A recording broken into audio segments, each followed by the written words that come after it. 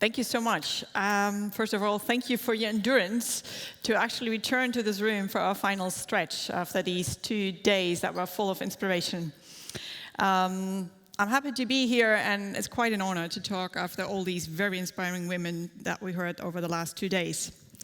So I'm a CFO. I'm the CFO of KPMG Germany, and why do I talk about new work? I'm not an HR person, and no worries, I didn't bring any statistics for this talk.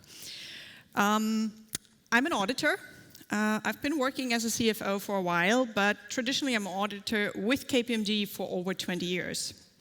Originally, I'm from Thuringia. I grew up in East Germany, and I wanted to become a Russian teacher. Moved to Moscow. I ended up in Detroit taking care of American kids, and after I returned to Germany, I started working with KPMG in Munich. I moved from Munich to Berlin, to the wonderful city of Stuttgart for a couple of years, then to New York, and back to Berlin. In the meantime, I had 2 children. I decided against marriage. Instead, I called my dad, who was 57 when my first one was born, asked him to quit his job, move with me, and become a primary caretaker for my children. He did.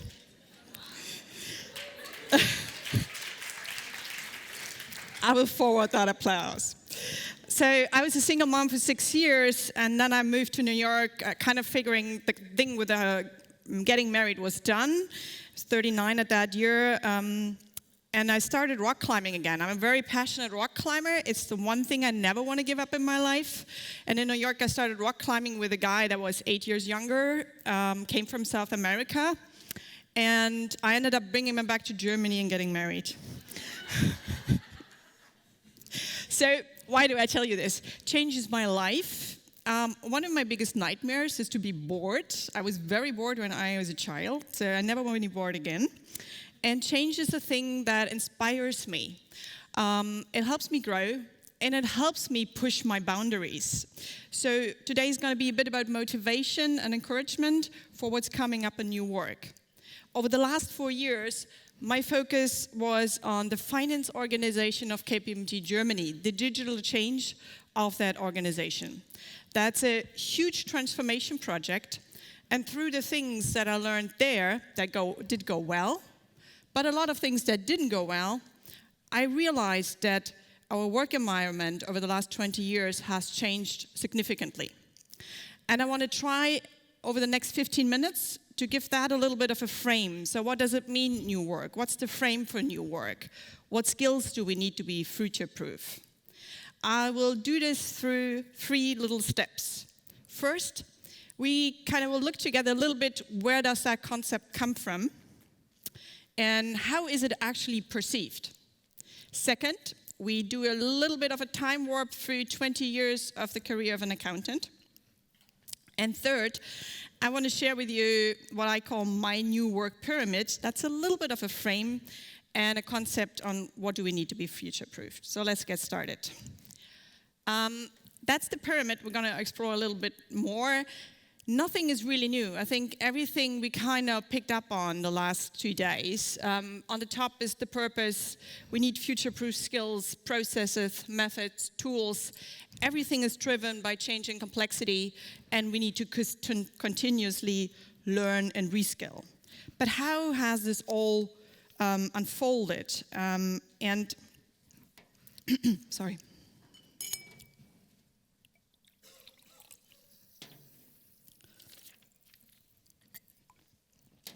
So first, let's look where it came from. It actually is kind of interesting. The new work concept is definitely not new. It comes from the 70s and 80s. It comes from Flint, Michigan. It comes from a time when manual labor in automotive factories was replaced by automated plants. And at that time, the Center of New Work was actually founded to figure out what to do with all these people that were replaced by machines. Does that sound familiar? So it was an experiment. A lot of workers were put in that center for new work, and they would spend 6 months in their regular jobs, And 6 months, they tried to figure out what they actually wanted to do with their life, what was their purpose, and also, being American, how to actually make a living of it, because most of us have to pay bills and pay a mortgage. So that was an important question.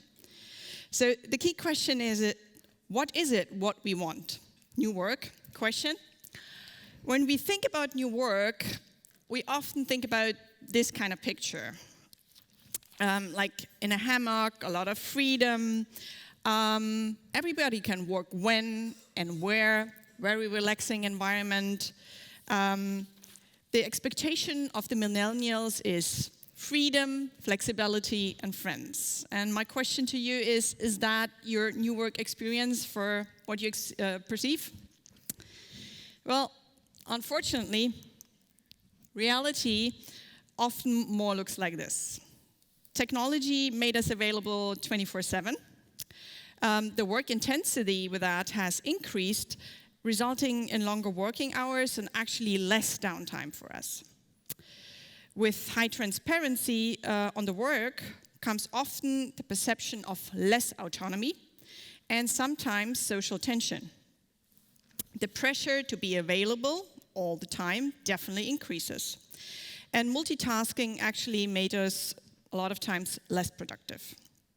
So in addition to that, we have to be aware that a lot of our workforce is actually very deliberately chooses a job that has limited responsibility and a clear workflow.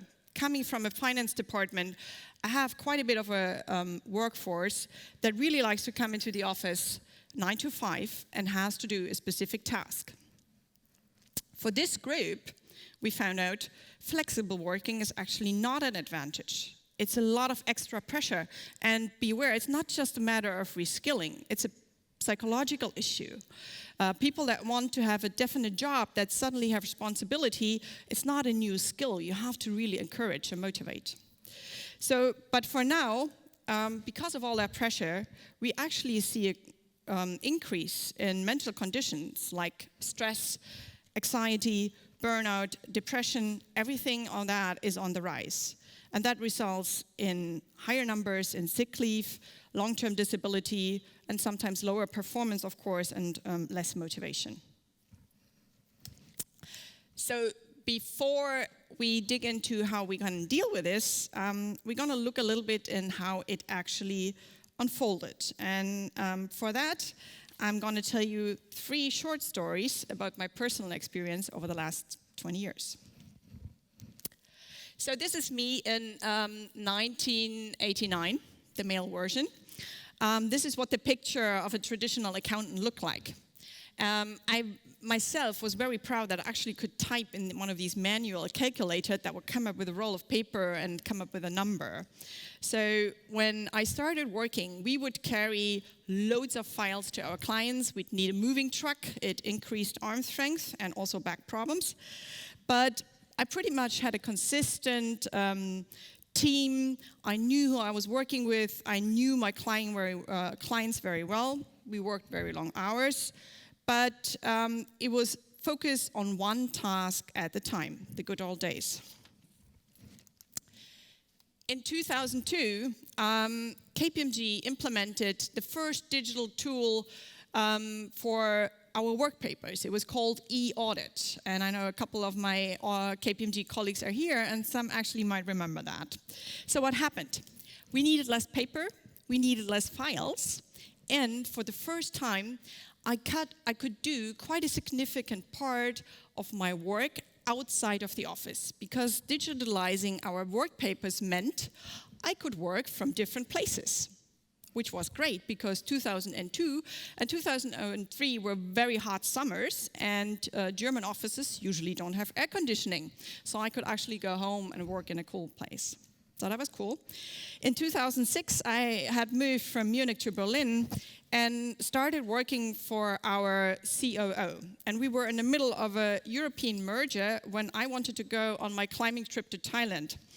And my boss said, yeah, you can go, but I need you to be available, so you're going to get your BlackBerry. Lucky for me, at that time, reception in Thailand wasn't really good and roaming was still pretty expensive. but I became available 24/7. So by 2008, I had my first son, and I became aware that digitalization was actually a tool to empower women. Something happened. I got a call 3 weeks after my son was born from a client in Munich. I was living in Berlin, she was in Munich. So she called me up and she said, hey, we've been working so long, don't you want to pitch for the audit of our client? It was a pretty big PA firm in Munich, private equity firm. And I said, well, I just had my son 3 weeks ago. And she's like, yeah, it's fine, you can do it remote. So I said, all right, let's give it a try. And she was a mom herself, and it was really a pivoting moment because she did this whole process with me, and I never had to actually show up in Munich. We did even a presentation for the audit committee in Munich. My boss was completely convinced we're never going to win this. We won it. And I did this whole process digital, and it was clear for me, New Work, number one, gave me the power to actually do this. And number two, it's not just the tools. Digitalization brings us new work, but what is also very important is strong relationships. Because the lady that had called me up, she knew me for probably like 10 years, and that opened the door for me. So the combination of strong relationships with new technology opened it to a totally new possibility. So the next development for me was 2011. 2011, I moved to New York, the big city, the big apple, full of risk, full of opportunity. A lot of risk, a lot of opportunity. What I absolutely love about the US is that nobody has this fantastic way to encourage you. So my colleagues and friends from the US, every time I got scared or worried, they would come up and say, hey, what is actually the worst thing that can happen to you? Or they had smart things to say like, well, the future, Michaela, that you envision for yourself now, in the future, actually determines who you are in the present. That's something you have to think about. The future that you envision for yourself determines who you are in the present. When you think about it, it's very encouraging. And if something went wrong, another smart sentence that I took away was, the things in life, everything, only has the meaning that we ourselves give them. So whatever goes wrong, the meaning that it has is something yourself determine how big it is. So the US is very encouraging, obviously, and there I experienced digitalization on a totally new level. The first iPhone. I got my first iPhone, and my personal life and the way I organized my personal life completely changed. I straight went into social media, Facebooks, apps, collaboration tools, meetups. I wouldn't have had my husband if it wouldn't be for Meetup, where I signed up for a climbing group. So that completely changed. But not just that, of course, work changed. Everybody who knows New York, New Yorkers are crazy about their work 24/7. Busy season of an auditor kind of starts in November and runs until the end of March, and there's no weekend in between. So no weekends. My team was from 10 different countries, which was amazing, but different work styles. And I drove about 35,000 miles on the East Coast to visit all my clients, who were mainly German subsidiaries. So what happened is I had to start and manage remote teams. We, of course, used new tools, and digital tools, email, phones, etc., became way more important. In New York, actually, personal meetings were a bit old-fashioned. And that's where a couple more challenges come up, because with digital communication, everybody experienced it. You know, the loads of emails that we get is a challenge. And the other challenge was that all these new gadgets and tools kind of started to distract my team. I remember one time, got a call from one of my teams that had been working on a new analytics to map cash payments for 3 days, and they were completely frustrated. They couldn't get it to work, and they were calling for my help, and I asked, well, did you actually ask the client how they did it? Because they need to do that too. And they're like, no. But they spent 3 days. So we went to the client, asked how they did it, and after 15 minutes we were done. So that was just another example, and tools are great, technology is great, but having that personal communication and the relationship was absolutely key. And it was a good thing that it happened because it made me realize I need to do different things to manage a remote team. And a couple points I actually tried to summarize on this slide. Most of it has been said today. You actually need to enable your team. And the key things how to do that are these 3 questions up there. So the thing is, talk to your team about what, when, why. Don't tell them how. That's their choice. That's actually the trust you give them to figure it out. Share your information and delegate the authority and give them the confidence. And in order to do that, you have to get to know them. It's really hard to manage a remote team if you don't know them. So when I was in New York, I actually spent way more time at garden parties or actually doing some at my house to getting to know these people from 10 different countries, understanding what their skills are. So be passionate about your team and get to know it so you can actually encourage them and tell them what or make transparent what they're good at. I think the other thing that's important, respect and acceptance, and don't don't get the thing about releasing control wrong with the responsibility that you have to take as a leader. I think that's important and sometimes gets confused. You still have the responsibility. So if something goes wrong, it's important for you to step in and actually take the responsibility that is your job. Not to forget, at the end, of course, say thank you and, where appropriate, party together. And through the remote teams, also a thing, and the getting to know, I think is important to be aware that as a leader you have power. And nowadays we do have still a very historic understanding of power. It comes from Machiavelli, which I'm probably pronouncing wrong in English, but everybody knows the famous book of him, The First, I guess, right? That's our concept of power, right? Is control and force and make others suffer. That's how we learn what power is. Well, that doesn't work anymore. In an environment that is complex and relies on people working together and everything being connected, power is something that others give to you by their choice.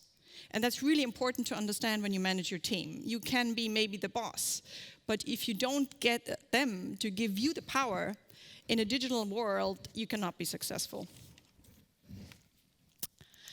So, last step, last story. After 3 years in New York, I moved back to Berlin. That was quite a time warp back, not just with the question on how accepted social media was or the whole digital, but also the role of women in society. I guess that was like a time warp back, a couple years or decades in that regard. But coming to Berlin was great because I was starting to head the finance department, which was like a department with over 150 people.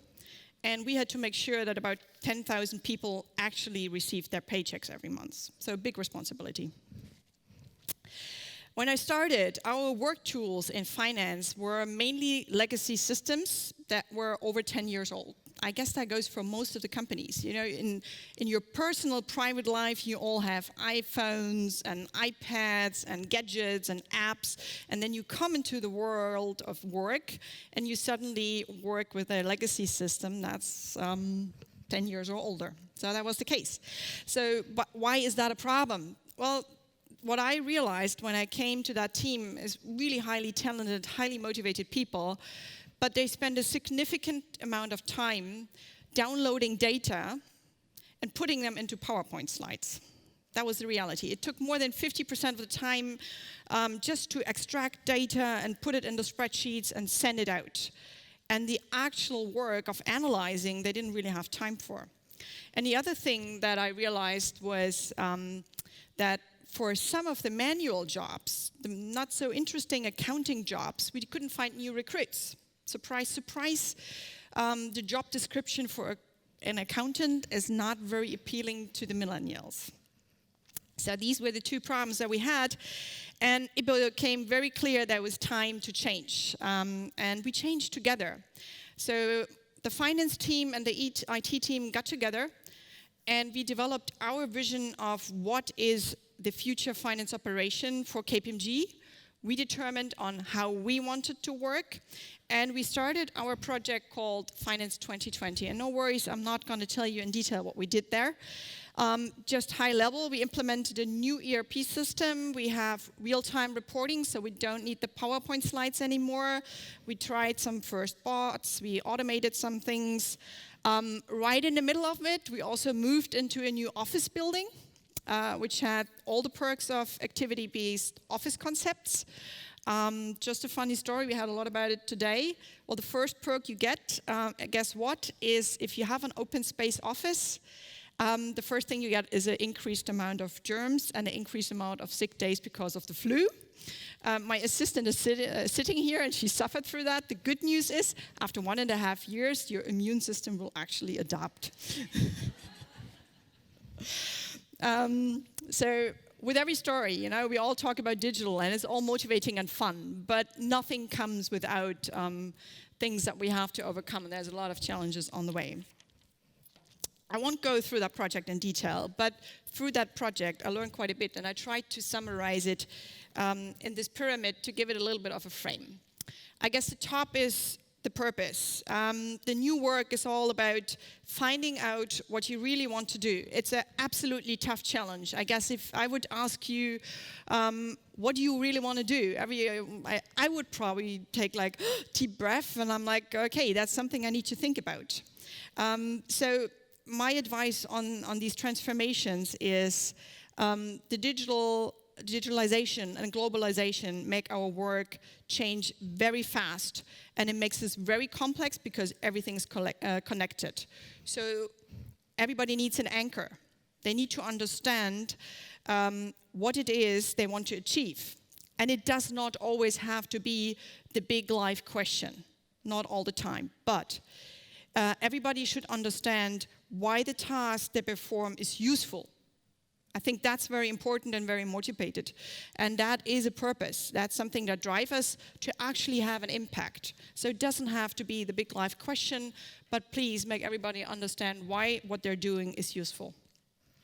In our Finance 2020 project, the purpose was we wanted to build the future finance operation. We wanted to better support KPMG's operation and help make strategic decisions. Sounds very simple. So the second level here, we also heard a lot about, for me, is the skill set. So obviously, we need to know a lot about technology and have technological skills. But what are the skills that make us able to adapt to all the change? And these are some, I think for me, the most important are courage and curiosity, I guess, to be open and just have an open heart and try. But the other thing clearly is empathy, because all that change is not always going to have great outcomes. There are going to be problems, there are going to be people that are scared, and I can't emphasize enough, people that are in these jobs that are going into a danger of being automated. There has to be a lot of attention on, and not just reskilling, but also facilitating that psychological change that needs to happen in that space. So please spend some time on that. Data literacy for me is also a very important one. Of course, I'm a CFO, so data literacy I think is really important for the future. And it seems obvious, but it's definitely a challenge because everything with digitalization becomes connected. So if you think about how you transform your organization, everything is connected from one end to the other. So we just try to automate our purchase to pay process. Sounds simple, is unbelievably complex. So you need people that understand the flow on the whole process and understand the whole chain. And another one that I really like is critical thinking. So every time my son is super annoying because he asks for the 5th time, "Mom, why do I have to do that?" My usual answer is because I say so. Try to be more patient with your kids because critical thinking is going to be absolutely key for them in the future. And another thing I think is with complexity and the speed of change, we all need to focus way more on managing ourselves. So we are available 24/7. I don't know how many people actually still turn off their phone at night. I don't. So it's important for us to figure out a better way to find that downtime with meditation, with yoga. For me, it's rock climbing or reading a book. Whatever it is for you, just be sure you know it and make sure you have enough time for that. So these are just a couple examples. And I think the third layer we also talked about is the tools. It starts with leadership styles that have to change. It continues with processes that have to change and methods. And then you have an abundance of technology that comes into place. There's just a bunch of logos and tools you can use like WeWork or Working Out Loud or all the social media tools.